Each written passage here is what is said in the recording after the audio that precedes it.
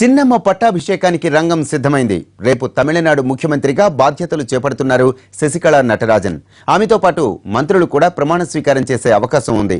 Madras university హాలులో చిన్నమ్మ పట్టాభిషేకానికి భారీ ఏర్పాట్లు జరుగుతున్నాయి. ఉదయం 8:45 ముఖ్యమంత్రిగా బాధ్యతలు చేపడతారు శశికళ. పార్టీ అధినేతగా ముఖ్యమంత్రిగా ఒక వ్యక్తే ఉండాలన్న పార్టీ సంప్రదాయాన్ని గౌరవిస్తూ తాను సీఎం అయ్యేందుకు అంగీకరించారని ప్రకటించిన శశికళ అమ్మ రాజకీయ వారసురాలిగా అసలు సిసలు పాత్ర పోషిస్తానంటున్నారు.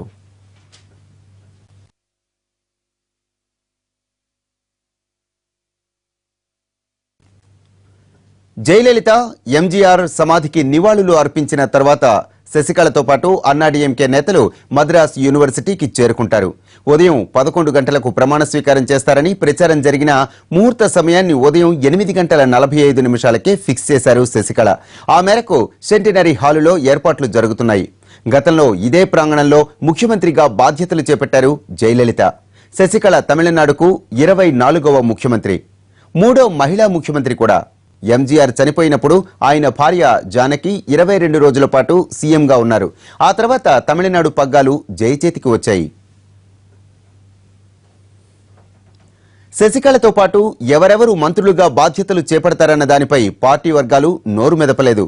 పన్నీర్ సెల్వంతో పాటు కౌన్సిల్ ఆఫ్ మినిస్టర్స్ మొత్తం రాజీనామా చేశారు.